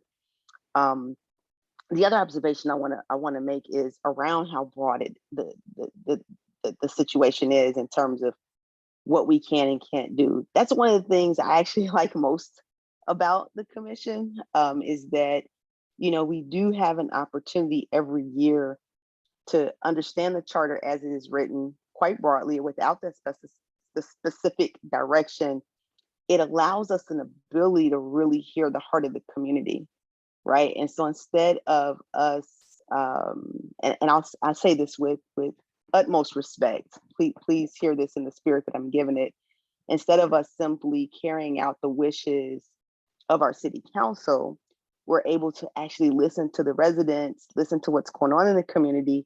And if there's things that's coming up from the community that may be different from what our city council may be setting in priority, we have an opportunity there to say, hey guys, check this out. You know, this is what the community is saying. And I know it doesn't necessarily jive with perhaps the direction we received last year, but it leaves us room for that dialogue, right? So that we can actually come back to you and say, this is what we're saying, and speak up on those things. So I struggle with, and this has been ongoing for 2-3 years, how much direction do we really want, right? So that do we become a situation where we're just literally carrying out the direction of the city council versus being volunteer representatives of the community who perhaps might hear things that bubble up that might be different? And do we really want to release that agency and ability to say, hey, we hear this, but we also hear this. Let's have this open dialogue about how we respond. And so that's the only thing I want to add to the conversation around how broad the charter is versus how much specific direction we want. I'm hopeful that we continue to have a good balance, so that we do have the ability to speak up and say, hey, this is what we're hearing in the community, and have conversations like this, where it's not just, hey, well, we asked you guys to align to X and you guys just go align to it, versus, hey, here's our shared priorities. But if you hear something out there that makes sense that we need to respond to, here's a flexible body that can sort of be that response to the community. So I just don't want to see us lose that balance between the two. Yeah. Thank you. Councilmember Marquez. Thank you, Monica. Thank you, everyone. This conversation's been helpful. I have a couple questions and just thinking of a lot of things, and I want to make sure I'm clear. So based off what was said earlier, the term social services just refers to the general fund pot of money. And currently that's at approximately 550,000. Is that correct? More or less. Okay. And then the general fund pot of money, social services, is that held to the same requirements as public service in terms of the audit? We're providing more flexibility, correct, to the general fund allocation? Can I just answer? And actually, Elisa, we went through an ad hoc committee review 2 years ago, and we actually added more flexibility to that. That's actually increased the number of agencies applying for that because we, lowered the threshold on the audit requirements. Right, because that's a CDBG requirement. Okay, so thank you for that. So I think that's important to focus on because we are creating that space for new nonprofits. I also feel like we need to give a little bit more credit to staff. I've referred multiple nonprofits to staff that have taken years to get them in alignment to actually secure funding, but they're getting funding now. So a big piece of this conversation is also the remarkable technical support that our team does.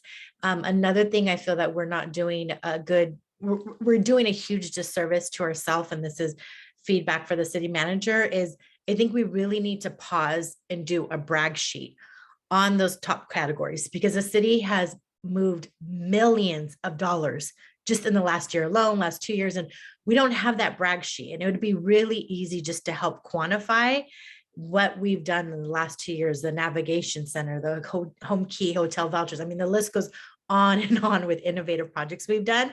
So I think it's important to have that information just to have like the full scope of what we're doing. And I will tell you, I will be your thorn. I am going to be the one person that is not going to bend on safety net programs.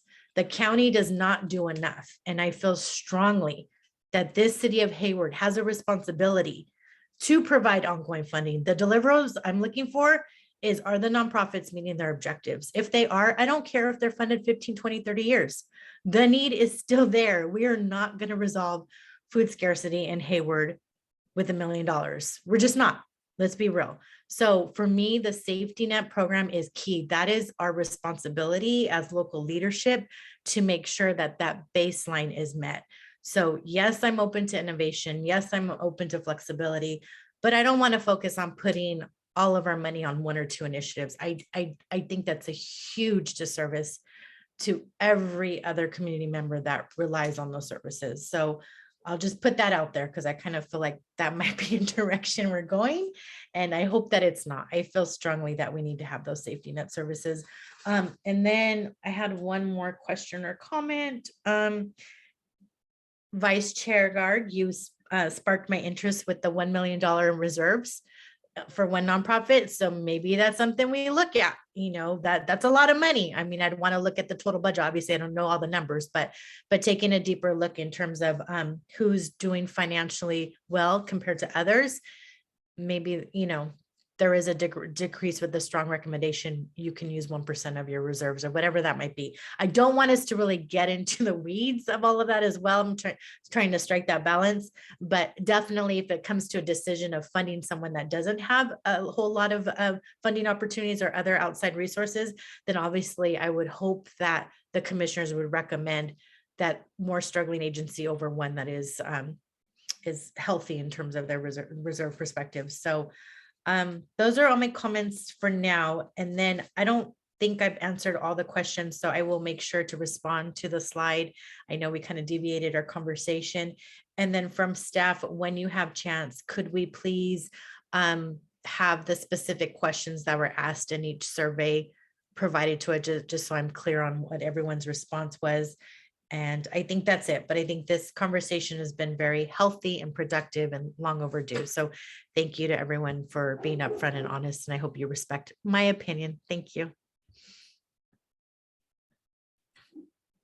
Councilmember Marquez, do you want the responses from everyone? No. I just want to know the exact wording on the questions. Oh, sure. Yeah, because I don't know if like the slides was like abbreviating. I was getting a little bit confused with all the back and forth on slides. So I just want to make sure that I'm clear on the specific questions that were asked of everyone. Sure. Yeah, absolutely. It's yeah. Commissioner Bruckner. Thank you. Councilmember Marquez, following up on one of those final points that you made, the food bank, the $1 million reserve, Commissioner Garg hammered into them in great detail during our ARC meeting. Again, to my earlier point, if we're not looking at this process from the very start, I fail to see that this discussion today is perhaps the most productive way that we could be moving forward. The reason why is we meet within ARCs. So each member of the CSC doesn't fully review every application, doesn't get the opportunity to sit in on every interview. In fact, the scheduling is actually built so you physically can't be in two places at once. And within the ARC, we were pressured to come to a consensus within our ARC. So points such as the $1 million reserve for the food bank, my point that, you know, I had concerns that they provide services directly to organizations that I feel do not meet the intention of the city's non-discrimination policy. I know staff responded with legally, yes, they do. I agree, legally, yes, they do. But the intention of the non-discrimination policy says LGBTQ families matter. The food bank provides a direct service to an organization, the Salvation Army, that says, no, you don't. Those kind of points that were made within the ARC perhaps were lost because we were pressured to just say we agree with the spreadsheet that we've put on the screen in theory, and then it went to the full CSC. Where as a new commissioner, there was no deliberation. The process really wasn't clear, and then it goes straight to council. And again, Commissioner Garg made a substantial effort to really hammer into the $1 million and how concerning that was. I know we talked about a cap for the amount that folks could apply for. I think it would also be beneficial if we could limit the number of applications that an organization is able to apply. I know there's an organization, they do great work, Love Never Fails. They applied for several ARCs.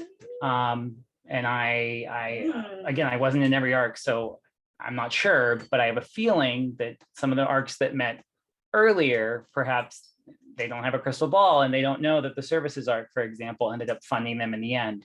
So are we looking, are we doing a thorough job at looking at, okay, this one organization is actually going to get 4 contracts versus this other organization is going to get nothing. My final kind of 2 points is, I know we talked about the cannabis tax. Cannabis businesses are heavily taxed already.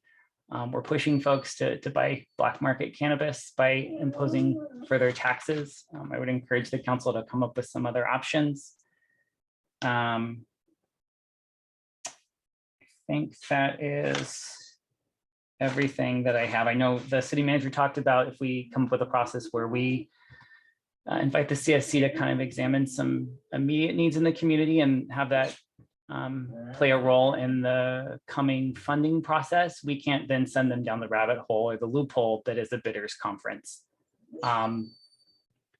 It doesn't make sense. So thank you.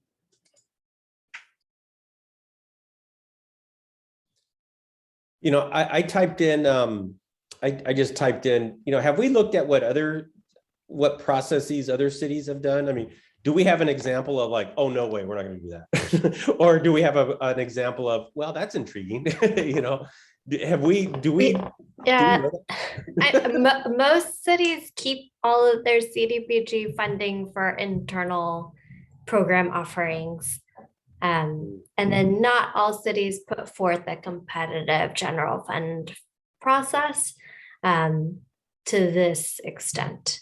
I can examine other processes. I think the only city that I know that, sorry, Monica, go ahead. but I think the city of Berkeley has a extensive, the city funds a huge amount of community service agencies. I don't know, I know they have some that are every year that are annual allocations, and I don't know what their competitive process looks like, but that might be a good one to look at. But like, I know when I worked in Palo Alto, you know, almost all of our dollars were for, you know, there was no community allocation process there. So I've asked, you know, several agencies over the years, you know, ones that work in multiple cities. And, you know, I think Union City has a little bit of a competitive process, but their grants are much smaller. If I remember correctly, they're $10,000. They may have changed their cap, but that's the number I remember from 1 year I've asked. And they don't tend to, I think they have more restrictions on whether it can be used for general GA funding. And I think they have like strict limits on the number of years that you can receive it.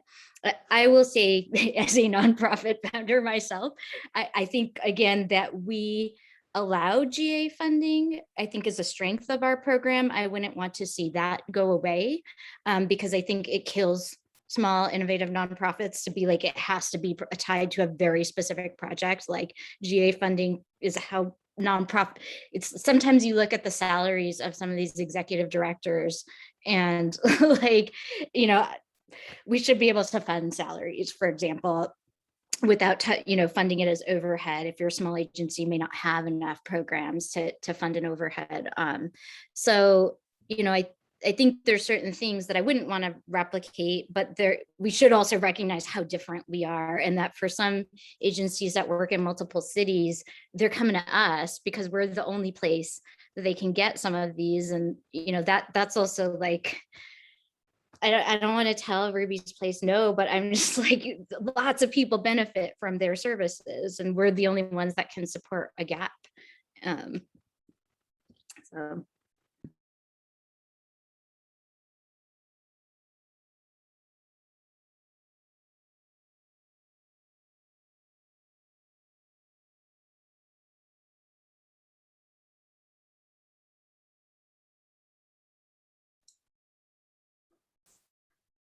Would it be helpful if we drop the questions in the chat and anyone can sort of chime in with any last thoughts?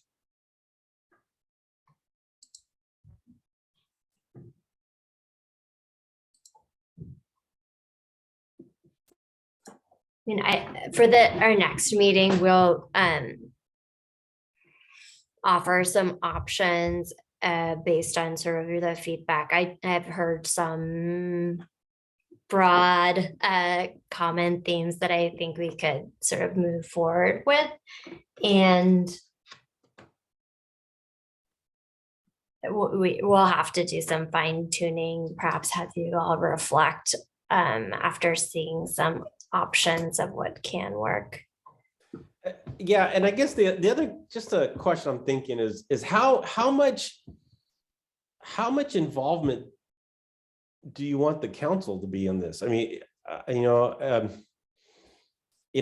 I heard what Commissioner and what Chair Barry said, I mean, about, what I don't want, and I don't want this to be a, council tells CSC to do this, so CSC, the CSC goes out and does it. I mean, I certainly don't want that to happen. I think the CSC, you guys are professionals, you guys know what you're doing, and you certainly you have a lot of talent and you have a lot of technical skill sets that, I mean, so I guess I don't want to fall into that trap, and I guess and I do want to make sure that there is a level of autonomy. I mean, there's, because I mean, just like council, I mean, we're out and engaging with people on a daily basis, just like many of you at work and, involved in your own work. And, and so I want to, speaking for myself, I certainly want to let the CSC, I want to respect that autonomy. I mean, that's why we appoint you guys. I mean, that's why we go through this whole process, and so I want to make sure, and I think if there are new things, if there are new issues that come up, I want to be able to, in concert, I think in cooperation, be able to get, support those kinds of tweaks and adjustments along the way. But so I guess the question is how much do you want us involved? I mean, do you want us to come up with a process, or, I mean, I don't know how many of us, I don't know if council members Lamin and Marquez would like, for us to just sit in a room and come up with a process and then we put it on the CSC. I certainly don't want to do that.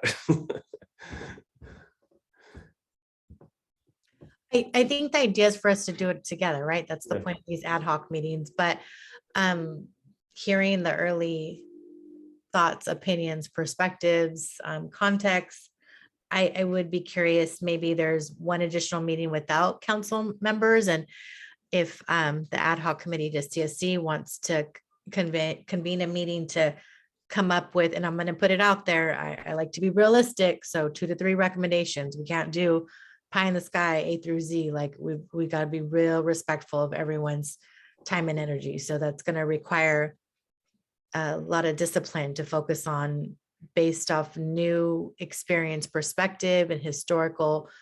What are the top 2 to 3 things the body would like to see us move on quickly? That, I think that might be an approach, but I'm open to other people's perspective as well.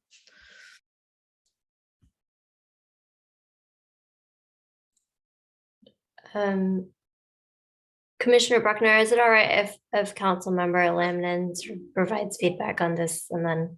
Absolutely. Thank you.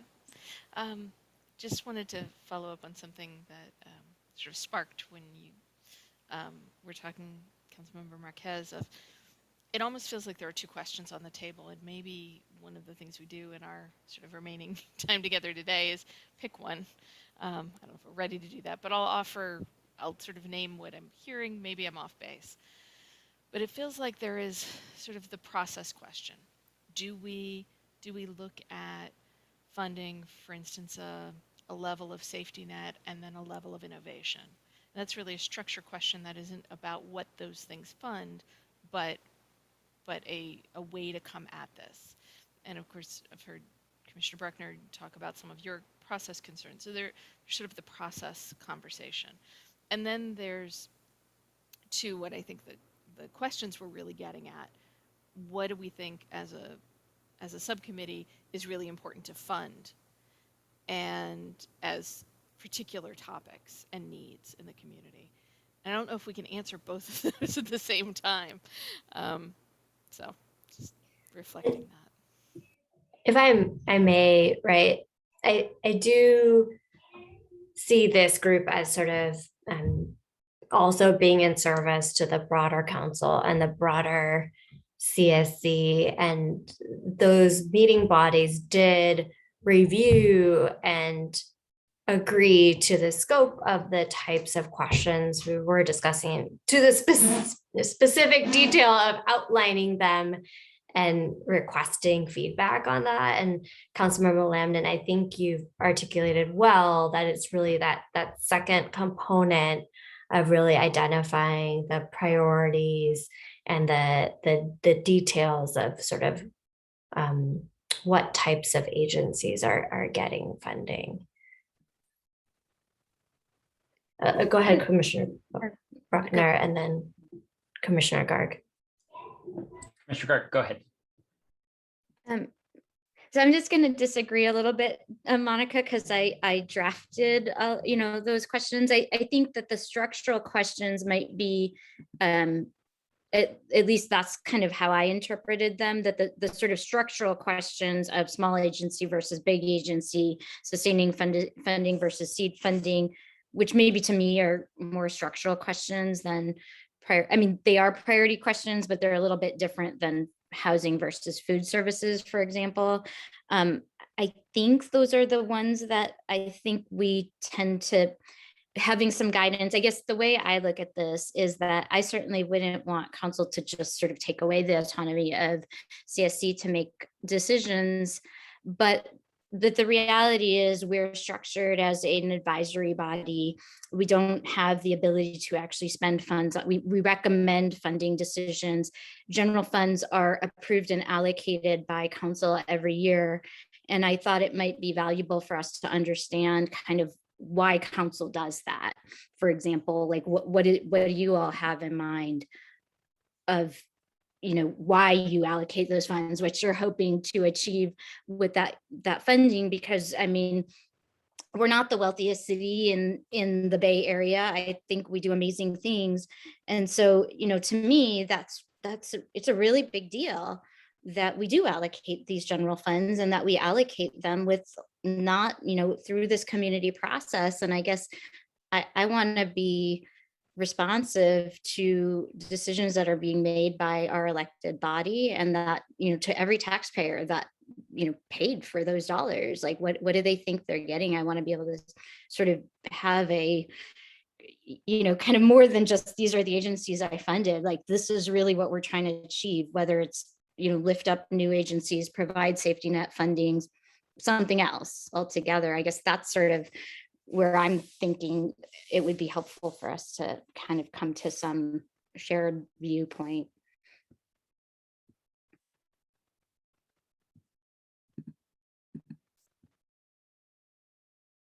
Commissioner Bruckner, you've been so patient. Please go ahead.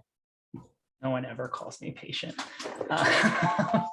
Councilmember Lamin, I think you got my point that the process part to me was the part that was the most challenging about this whole process.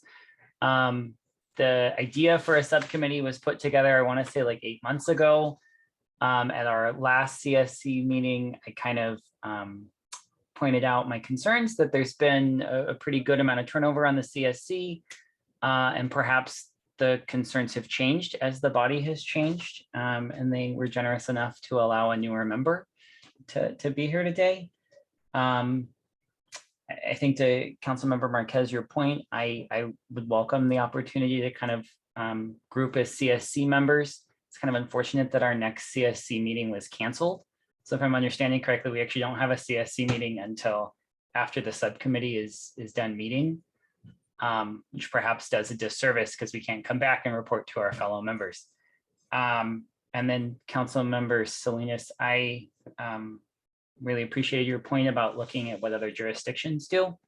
To me, I think from the newer members that I've spoken with, I think we're still within the Brown Act, haven't exceeded that number, but the concern that I've heard really wasn't that there was a discrepancy between the recommendation that the CSC makes to council and the direction that you choose to end up going. it was the process, and that it excludes organizations that could better meet the current needs that Hayward has. So thank you. Thank you, Commissioner Barry. And then anyone else, if you have your last few moments, I want to be respectful of your time since we're at 7:30. Yeah, seeing that we're at 7:30, just one comment. Want to just reiterate that I do, Councilmember Salinas, I do think that this is valuable for us to be here together having these conversations. So my commentary, again, I didn't mean it in a way that, you know, not necessarily that this isn't valuable. It's incredibly valuable. I just want to make sure we're retaining the position of thought partnership and that autonomy continues on beyond this process so that we are able to, you know, again, effectively hear what the community may be saying.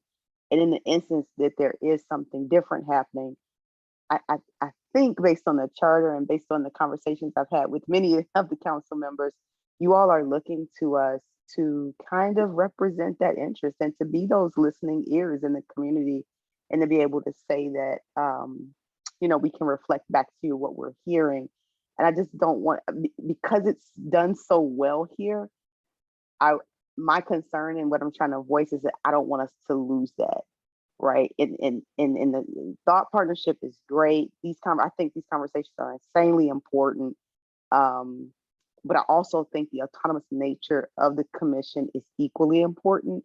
So in any way we can, you know, again, just maintain that balance, continue to be thought partners, but also maintain that balance so that we're not losing that element. You know, I come from, you know, I've been in the Bay for a decade. In Chicago, you'd never see this type of collaboration. The city just rams everything down your throat and you just gotta live with it. But here, you know, we have this very unique opportunity to have residents serving in leadership and to have this exchange. And I want to see us preserve that because there's something incredibly special and valuable that I just don't want to see us lose it as we're trying to align. That's kind of where that was coming from. So I'll close with that, Monica. Yeah, thanks. Yeah, and that's why I said what I said, and I certainly I get it. Yeah, and we're no Chicago, I'll tell you. No, we're Hayward, and I think this is an incredibly. I love working with you all on this process because it's just such a unique opportunity and the way that it occurs, and so I'm excited for our next meeting. We'll put together some reflections of what we've heard you say and some additional content based on some of the related conversations that weren't a part of sort of the initial discussion. So stay tuned. And then I think logistically, this format seems to have worked sufficiently. So I'm going to stick with Zoom. Everyone was able to log on and I could see you. And so with that, thank you. And I hope you all have a wonderful evening. And we'll see you all soon. Thank you, everyone. Thank you, Monica. Monica. Thank you. Thank you, everyone. Thank you.